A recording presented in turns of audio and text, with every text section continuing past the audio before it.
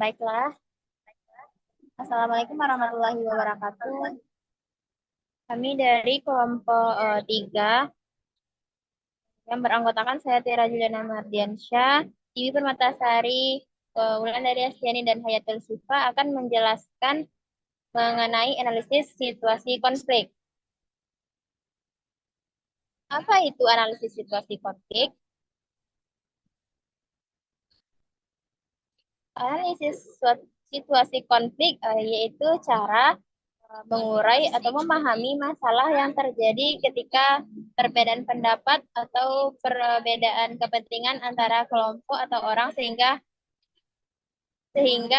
menciptakan konflik.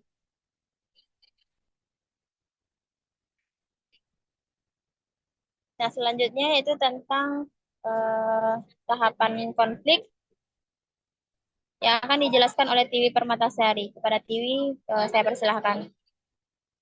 Baik, terima kasih moderator. Di sini saya akan menjelaskan tahapan konflik, di mana konflik itu terjadi tidak begitu saja, tapi konflik itu terjadi ada tahapan-tahapannya, sehingga kita bisa mengantisipasi konflik itu, dapat mencari jalan jangan sampai konflik itu meledak. Yang pertama itu ada prakonflik, di mana pada periode ini terdapat ketidaksesuaian sasaran antara dua pihak atau lebih sehingga timbulnya konflik.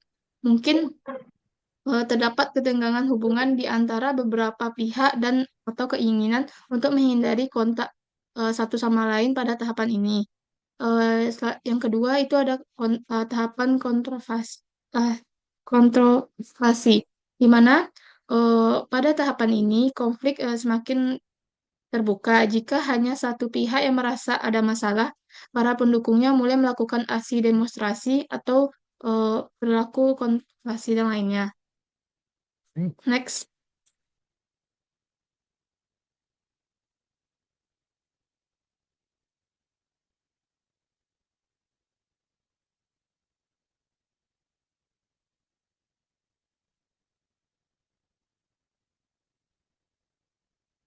Yang ketiga itu adalah tahapan kritis.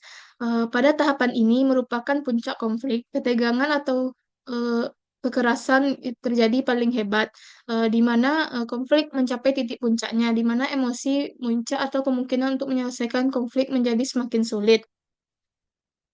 Pernyataan umum cenderung menuduh atau menentang pihak lain. Yang selanjutnya ada tahapan akibat. Krisis akan menimbulkan akibat. Suatu pihak ingin menaklukkan pihak lain, dan satu pihak mungkin menyerah atau menyerahkan atau mendesak pihak lain. Kedua pihak mungkin setuju berorganisasi dengan atau tanpa bantuan perantara. Apapun keadaannya, tingkat ketegangan konservasi dan kekerasan pada tahapan ini agak menurun dan kemungkinan adanya penyelesaian. Selanjutnya tahapan terakhir yaitu tahapan pasca konflik. Situasi diselesaikan dengan cara mengakhiri berbagai kontroversi kekerasan, ketegangan, dan berkurangnya hubungan mengarah normal di antara kedua pihak. Namun, jika isu dan masalah yang timbul karena sasaran yang saling bertentangan tidak diatasi dengan baik, tahapan ini kembali menjadi situasi pra-konflik. Mungkin sekian dari saya. Terima kasih. Saya kembalikan ke moderator.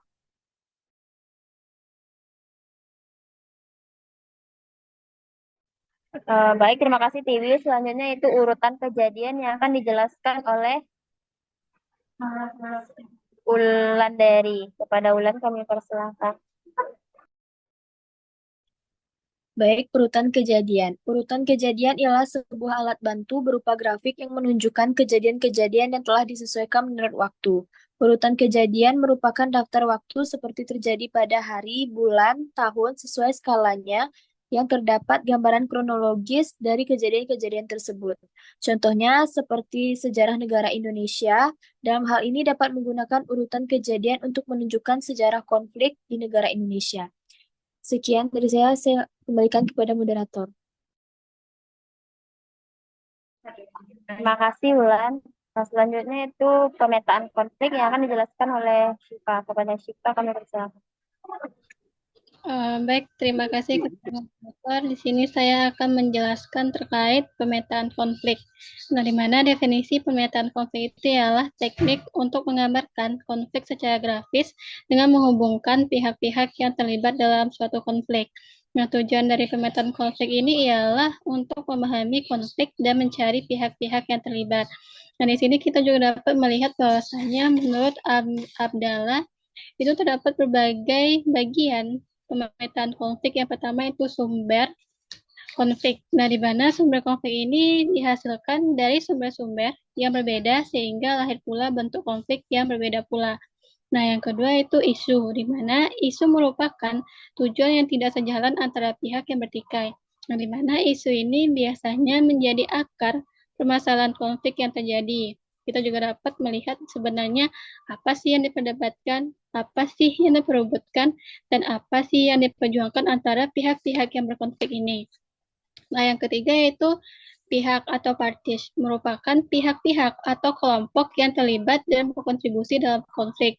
Nah, di sini kita dapat melihat siapa saja yang berperan dalam konflik tersebut.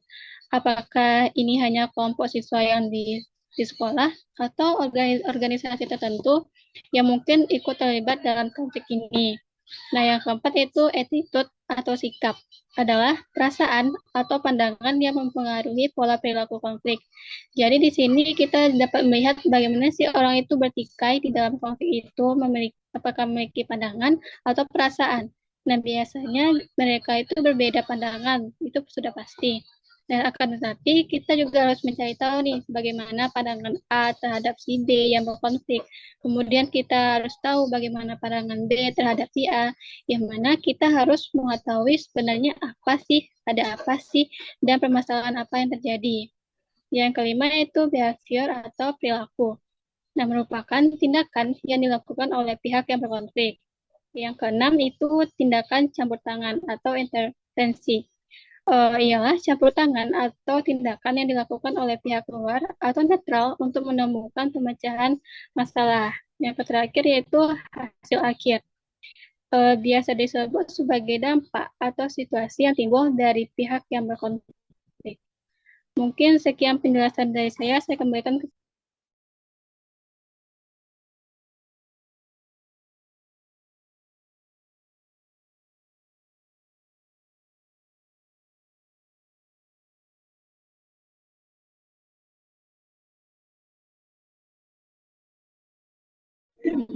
Ya, baik, terima kasih Siva. Selanjutnya yaitu pohon konflik yang akan dijelaskan oleh Yuan. Bisa kan?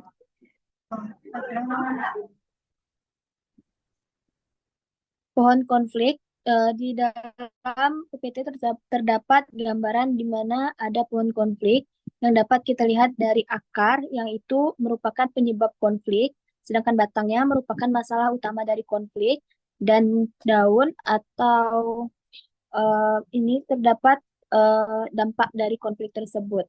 Dari keterangan tersebut, akar biasanya yaitu disebut dengan penyebab dari konflik tersebut, sedangkan batang merupakan masalah utama dari konflik, dan daun merupakan dampak dari konflik. Penyebab konflik atau akar pohon menunjukkan penyebab atau akar dari masalah utama. Ini mencakup faktor-faktor yang menyebabkan konflik terjadi, seperti motivasi ekonomi, motivasi yuridis, tingkat pendidikan, dan faktor-faktor lain yang mempengaruhi. Sedangkan bagian batang atau bagian masalah utamanya menggambarkan masalah utama atau inti dari konflik yang terjadi. Ini adalah titik pusat dari permasalahan yang dihadapi oleh pihak-pihak yang terlibat dalam konflik. Di bagian daun atau cabang merupakan gambaran dampak atau akibat dari konflik yang terjadi. Ini mencakup efek langsung dari tidak langsung dari konflik, seperti kerusakan lingkungan, pelanggaran hukum, dan dampak sosial. Sekian penjelasan dari saya kembalikan kepada moderator. Baik, terima kasih Ulan. Selanjutnya itu analisis kekuatan konflik. Analisis kekuatan konflik dapat digunakan untuk mengidentifikasi kekuatan-kekuatan yang mempengaruhi satu konflik, kapan saja mengambil tindakan untuk melakukan perubahan, Pasti ada kekuatan-kekuatan lain yang mendukung atau menghalangi usaha. Alat bantu ini menyediakan suatu cara untuk mengidentifikasi kekuatan positif ataupun negatif dan berusaha untuk menilai berbagai kelemahan dan kekuatannya. Nah, sekianlah itulah presentasi dari kelompok kami. Apabila ada kesalahan, mohon dimaafkan. Wassalamualaikum warahmatullahi wabarakatuh.